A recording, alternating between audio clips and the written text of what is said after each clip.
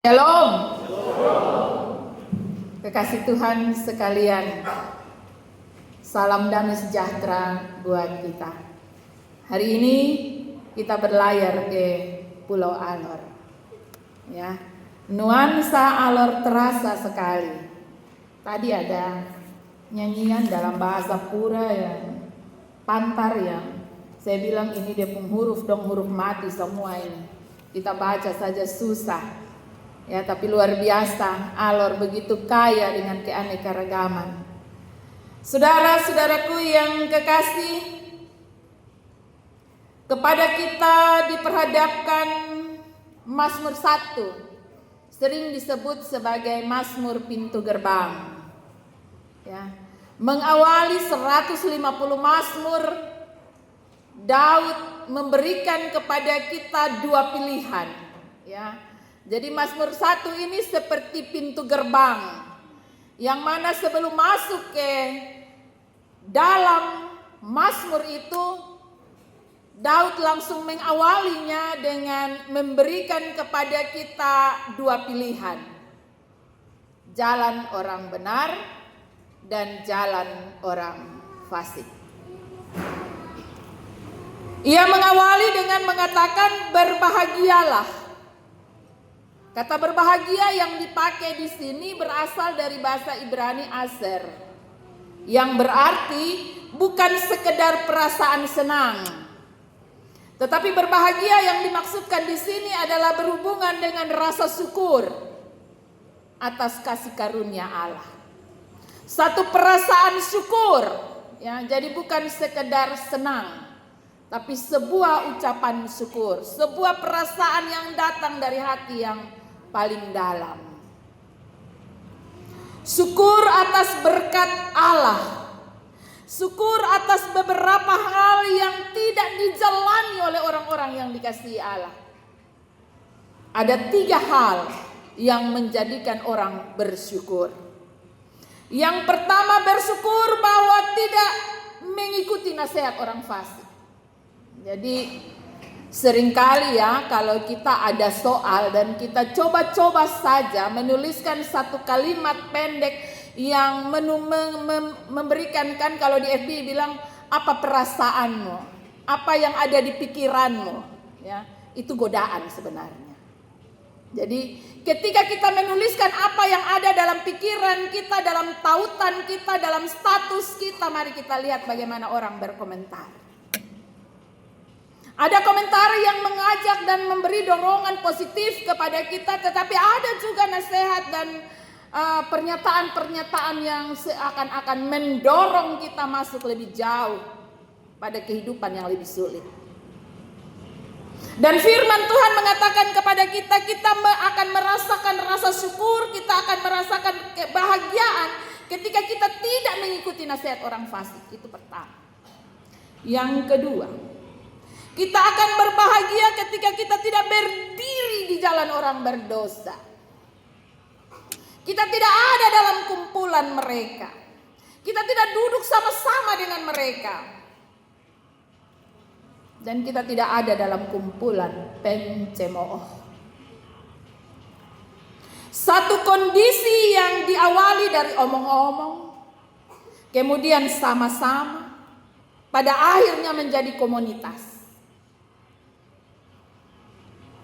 Sesuatu yang secara bertahap tanpa kita sadari menggiring kita ada di dalam sebuah kelompok yang disebut pencemooh. Hal yang kedua, kita dikatakan berbahagia ketika kesukaan kita adalah firman Tuhan. Firman Tuhan, merenungkannya siang dan malam. Kenapa orang harus merenungkannya siang dan malam? Karena dengan merenungkan siang dan malam, hidupnya ada dalam ketaatan. Ia bisa membangun hidupnya di sekitar firman Tuhan. Bahkan firman Tuhan menjadi kesenangannya. Firman Tuhan menolong dia ada dalam kebenaran. Hidup secara benar. Pertanyaan refleksi bagi saya secara pribadi dan juga bagi kita semua. Saat ini, apa yang menjadi kesenangan kita? Pemazmur mengatakan, tetapi kesukaannya ialah Taurat Tuhan. Mari kita mengkonfrontir dengan diri kita sendiri. Hari ini, saat ini, akhir-akhir ini, apa yang menjadi kesenangan kita? Kenapa saya membawa ini sebagai sebuah refleksi? Karena ketika sesuatu hal menjadi kesenangan, maka ia akan mempengaruhi seluruh aspek hidup kita. Apa yang menjadi kesenangan kita? Karena dengan kesenangan itu kita akan merubah pola pikir kita, cara berpikir kita, cara bertindak kita, bagaimana kita memperlakukan orang lain. Itu tergantung dari kesenangan kita. Hal yang mengejutkan sekali terjadi zaman ini ialah kenapa terjadi keadaan pelecehan seksual di mana-mana, seks bebas di mana-mana. Karena apa? Karena kesenangan. Kesenangan menonton hal-hal yang tidak benar. Kesenangan ada duduk sama-sama dengan orang yang tidak benar. Kesenangan untuk cari-cari hal-hal yang tidak benar. Maka apa yang terjadi? Depu hidup itu duduk-duduk pikir itu saja. Mau bikin apa-apa otak hanya isi itu saja. Maka itu akan secara perlahan, tadi dikatakan secara bertahap, secara perlahan merasuki kehidupan orang percaya, mengganggu hidupnya. Yang tadi dikatakan pada ayat yang ke-1 itu, dia mulai dari omong-omong, dia mulai dari sama-sama, sampai pada akhirnya dia menjadi komunitas, kelompok orang-orang yang demikian. Saudara-saudaraku yang kekasih, merenungkan Taurat itu siang dan malam. Taurat itu atau firman Tuhan seperti nafas. Karena itu dilakukan secara terus-menerus dalam sebuah ketaatan tanpa perintah, siang dan malam. Ada dalam sebuah relasi yang tak terputus, ada dalam sebuah relasi yang selalu terjadi dalam kehidupan bersama dengan Tuhan, membangun relasi yang dekat dengan Tuhan siang dan malam. Dan dalam kondisi itu, ketika kita ada dalam kondisi yang demikian, maka kita akan belajar kira-kira Tuhan nih mau apa terhadap saya dengan situasi hidup saya saat ini. Ketika kita ada dalam kondisi apapun, ketika kita setia dengan Tuhan, ketika kita mencintai firman Tuhan, maka kita akan terus bertanya pada diri kita. Kira-kira saya ada dapat soal ini, kira-kira Tuhan mau apa Kita akan bertanya, kira-kira Tuhan mau in hari bikin apa Kira-kira roh Allah yang ada di dalam beta pun hidup nih senang, beta buat apa Saudara-saudaraku yang kekasih, itu akan menjadi pertanyaan-pertanyaan ketika kita menjalani hari-hari hidup kita. Karena kita punya relasi yang baik. Kita mencintai firman Tuhan. Firman Tuhan begitu dekat dengan kita. Rasa-rasanya hari ini belum bisa tidur sonu kalau hari ini belum baca satu ayat firman Tuhan. Saudara-saudaraku yang kekasih, siang dan malam. Karena itu di Mazmur 90 kalau kita membaca ketika Daud merenungkan arti dari perjalanan dan umur yang ia lewati, dia menuliskan dalam Mazmur 90 ayat 12, dia bilang, ajarlah kami menghitung hari-hari kami sedemikian hingga kami beroleh hati yang bijaksana. Hal memiliki dan menghidupi roh dalam hidup kita bukan main sulap. Hari ini saya bertobat Tuhan, dan hari ini hidup saya benar Tuhan. No. Kehidupan yang dekat dengan Tuhan adalah sebuah kehidupan yang secara kontinu. punya kedekatan dan relasi yang dekat dengan Tuhan. Sehingga kita dapat memiliki hati yang bijaksana. Kita dapat menghitung langkah demi langkah hidup kita. Dan kita bertindak hati-hati. Karena firman Tuhan selalu menuntun hidup kita. Saudara-saudaraku yang kekasih, apa yang terjadi dengan hidup yang demikian?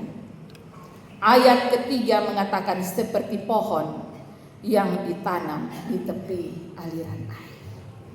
Orang yang hidup dekat Tuhan itu dia diumpamakan seperti pohon yang hidupnya di tepi aliran air. Akar-akarnya pasti merambat dan selalu mendapatkan air yang baik. Karena dia ada di tepi aliran air. Akar-akarnya menjadi begitu kuat. Dan pada akhirnya dia selalu menghasilkan buah. Tidak pernah layu daunnya. Apa yang diperbuatnya pasti berhasil. Bukan berarti anak Tuhan tidak mengalami soal. Tetapi bahkan ketika ia mengalami soal, daun-daunnya tidak layu. Saudara-saudaraku yang kekasih, daunnya bahkan tidak layu. Sebuah kondisi yang diberikan oleh Tuhan, sebuah janji yang diberikan oleh Tuhan kepada anak-anak Tuhan yang setia membangun relasi yang benar dengan Tuhan. Akar-akarnya begitu kuat. Dan pada musimnya, pada saat yang Tuhan siapkan, ia menghasilkan buah. Ia menghasilkan berkat yang dapat dinikmati. Sebuah berkat yang luar biasa yang datang dari Tuhan. Sebaliknya, bagaimana dengan orang fasik? Orang fasik itu artinya orang yang keras hati. Orang yang memiliki jiwa pemberontak. Dia berbanding terbalik dengan pohon. Di situ dikatakan dia seperti sekam. Dia ringan, dia tidak berakar, dan karena itu angin yang sepoi-sepoi saja bisa menerbangkannya. Itulah orang fasik. Itulah orang yang memiliki jiwa pemberontakan. Itulah orang yang memiliki hati yang keras. Yang tidak ada keinginan untuk bertobat. Tidak stabil. Hidupnya tidak berbuah. Gambaran firman Tuhan ini mengatakan bahwa ia mendapatkan hukuman pada hari penghakiman. Orang fasik tidak akan tahan dalam penghakiman. Orang fasik jalan orang fasik menuju kebinasaan. Sebuah kondisi yang sangat mengerikan. Tetapi sesuatu yang luar biasa yang datang kepada saya dan saudara menyapa kita. Dia bilang, Tuhan mengenal jalan orang benar. Saudara-saudaraku yang kekasih, sekali lagi saya mengatakan Tuhan mengenal atau mengetahui jalan orang benar. Tuhan mengetahui jalanmu. Tuhan mengetahui jalan saya, Tuhan mengetahui jalan saudara. Mungkin saat ini jalan ini terasa berat. Tapi ingat satu hal. Segala jalan orang benar dikenali, diketahui oleh Tuhan. Mungkin hari ini berat, terlalu berat, mungkin teramat berat. Tuhan kok ini batu piak nih. Berapa hari ini buat tepung kaki sakit karena menghadapi batu piak. Tapi ingat, Tuhan mengenali jalan. Tuhan mengetahui jalanmu. Ia tahu jika kita susah. Ia tahu jika salib yang kita pikul itu berat. Apakah ia membiarkan kita? Saya membacakan satu janji yang ditulis oleh Rasul Paulus di Roma pasal 8 ayat 28. Roma pasal 8 ayat 28 dia bilang begini. Kita tahu sekarang bahwa Allah turut bekerja dalam segala sesuatu untuk mendatangkan kebaikan bagi mereka yang mengasihi Dia, yaitu bagi mereka yang terpanggil sesuai dengan rencana Allah. Kita tidak pernah sendiri. Allah turut bekerja. Allah terus ada dalam kehidupan kita, dan itulah janji Tuhan. Dan hari ini pemazmur memperhadapkan pilihan itu kepada saya dan saudara. Baru-baru ini saya suka mendengar ada satu lagu. Ya, saya coba menulis liriknya. Itu lagu saya tidak bisa menyanyi karena saya suara agak parah. Lagu itu dia pun liriknya bilang begini. Berapa kali aku angkat tangan, tapi pikiranku kemana-mana. Berapa kali aku bilang engkau Tuhan, tapi aku tetap pegang kendali. Ternyata itu bukan soal lemah. Ini soal aku memilih untuk tidak taat. Siapa tidak memikul salib tidak layak mengikut aku. Aku mau hadiratmu tapi tidak mau harga. Aku mau berkatmu tapi lari dari salib. Engkau berkata bertobat, kerajaan sorga sudah dekat. Saudara-saudaraku yang kekasih, marilah kita pandai-pandai menghitung hari-hari kita, sehingga kita bertindak hati-hati dan kita memiliki hati yang bijaksana. Tuhan Yesus memberkati firman-Nya dan menolong saya dan saudara menjalani hari-hari kita. Amin.